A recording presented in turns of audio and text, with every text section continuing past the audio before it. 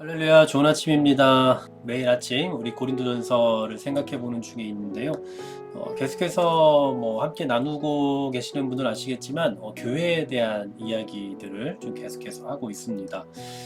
고린도전서는 어쩌면 이 교회에 대한 가르침 그리고 사도 바울의 어떤 교회론을 잘 보여주고 있는 말씀이다 보니 교회를 이 시대에 세워나갈 때 어떠한 방식으로 세워나가야 할 것인지, 그리고 교회를 이루고 있는 우리 성도는 어떠한 자세로 교회를 이루어가야 할 것인가에 대해서 아주 잘 가르쳐주고 있는 것 같습니다. 오늘도 계속해서 우리가 어떠한 교회를 세워가야 할지를 좀 함께 고민해 봤으면 좋겠습니다. 이미 앞서 우리가 살펴본 것처럼 이 8장의 말씀은 우상의 제물에 대한 말씀을 하고 있습니다. 고린도 교회가 요청한 그 질문에 대해서 사도 바울이 답하고 있는 그런 내용인데요.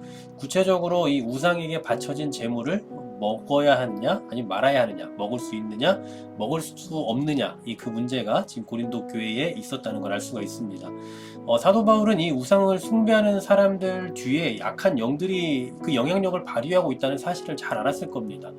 고린도전서 10장 20절에도 말씀을 하고 있지만 이방인이 제사하는 것은 그 귀신에게 하는 것이라고 이렇게 말하거든요. 그러니까 귀신과 교제하는 것으로 알고 있어요. 그러니까 바울은 이 우상의 실체를 너무나 잘 알고 있었고 우상을 숭배하는 자들의 성격에 대해서도 너무나 잘 알고 있었습니다. 우상 자체는 아무것도 아니지만 우상을 숭배하는 그 일에 있어서는 악한 영들이 배후에 있다는 걸 알고 있었다고요. 그런데 이 고린도 교인들 중에 일부가 어떤 주장을 합니까? 이 사람들은 우리 이미 앞서 살펴봤던 것처럼 지식이 있다라고 생각하는 사람들이에요. 그런데 이들이 뭐라고 이야기합니까? 오늘 본문 4절의 말씀을 한번 보십시오. 우상의 제물을 먹는 일에 대하여는 우리가 우상은 세상에 아무것도 아니며 라고 이야기합니다. 실제로 우상 자체는 아무것도 아니잖아요. 사도 바울도 잘 알고 있지만 우리도 역시나 너무나 잘 알고 있는 그런 내용입니다. 반면 하나님은 어떻습니까? 하나님은 한 분밖에 없는 줄 아노라 라고 말씀을 합니다. 이것도 역시나 참된 지식이죠. 우상은 아무것도 아니라는 거, 대신에 하나님은 오직 한 분밖에 없다, 우리가 섬길 분은 한 분밖에 없다라는 아주 분명한 지식, 아주 제대로 알고 있는 겁니다. 사도 바울도 이러한 고린도 교인들의 지식을 잘 받아들이고 있죠.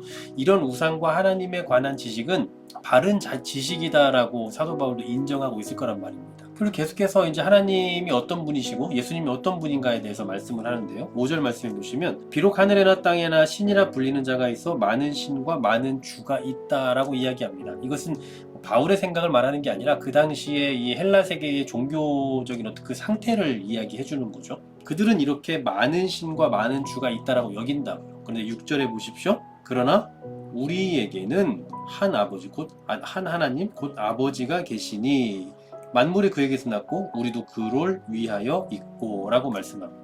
이 6절의 말씀은 정말 위대한 고백이 다 담겨져 있는 것 같아요. 6절을 한번 다 잘 보시면요, 하나님은 한 분이다, 유일신 하나님. 그리고 하나님은 우리 아버지가 되신다. 그리고 하나님은 만물의 창조주시다.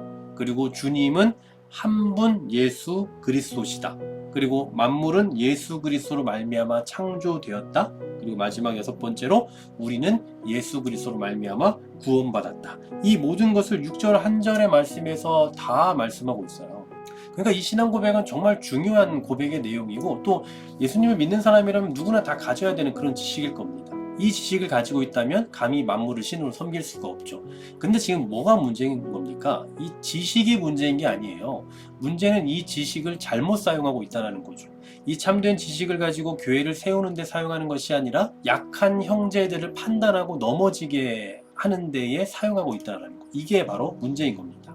교회에 속해 있는 모든 사람들이 이와 같은 지식을 다 가지고 있으면 얼마나 좋아요. 너무나 편하겠죠. 그런데 일부는 그런 생각을 가지고 있지만 일부는 전혀 다른 생각을 가지고 있다는 거. 7절의 말씀 보십시오. 그러나 이 지식은 모든 사람에게 있는 것이 아니다라고 말씀을 하잖아요. 이 지식을 교회에 속한 모든 사람이 아는 게 아니라 일부만 가지고 있는 겁니다.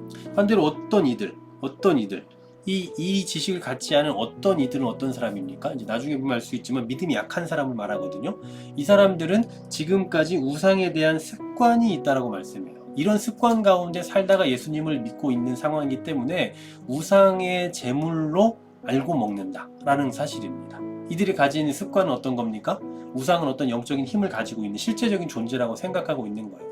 이 생각을 이제 예수님을 믿는다면 버려야 되는데 그럼에도 불구하고 계속해서 가지고 있다 보니 습관적으로 갖고 있다 보니 그 의식이 바뀌지 않아서 우상의 제물로 바쳐진 그 제물을 먹는 것은 뭔가 특별한 의미가 있다고 여긴 겁니다. 그러니까 하면 안 된다고 생각하는 거예요. 쉽게 말하면 우상은 아무것도 아니기 때문에 먹어도 상관없죠. 우리에게 먹는 자유가 있으니까요.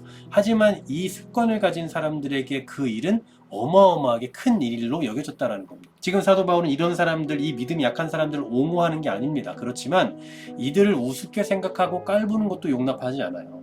신앙이란 신앙의 장성의 정도가 있고 과거에 행했던 옛 습관에 대해서 여러 가지 생각들이 있는 법이잖아요.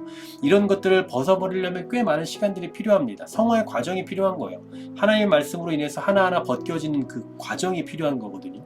구원받았다고 해서 교회 안에 들어왔다고 해서 등록했다고 해서 모든 게 다 변하고 한 번에 다 새롭게 되는 게 아니고 시간이 지나가면서 조금씩 점차 바뀌어가는 거죠. 그러므로 이런 약한 사람이 있다면 어떻게 됩니까? 성경의 지식을 가지고 그 사람을 비판하고 깔보고 그러는 것이 아니라 기다려줄 수 있고 그 사람을 배려할 수 있어야 된다는 거예요. 그러니까 언제나 우리가 이런 말씀을 통해서 알 수 있는 것은 뭐냐면요. 교회는 가진 사람들, 알고 있는 사람들 중심이 아니라 오히려 연약하고 모르는 사람들 중심이 되어야 하는 거예요. 그러니까 뭐 오해는 하시면 안 됩니다. 우리의 그 교회가 추구하는 정신이나 기준이 연약함을 추구한다는 얘기가 아니라 항상 누구를 먼저 배려해야 되고 누구를 먼저 고려해야 하느냐 하면 연약한 사람, 신앙적으로 연약한 사람, 영적으로 연약한 사람, 또 조금 더 그냥 구체적으로 말하면 새가족, 그런 사람들의 포커스를 맞춰야 되는 거죠. 뭐 내일도 다시 한번 더 깊이 있게 생각해 보겠습니다만 교회는 언제나 강한 자가 아니라 연약한 자들을 위한 공동체다.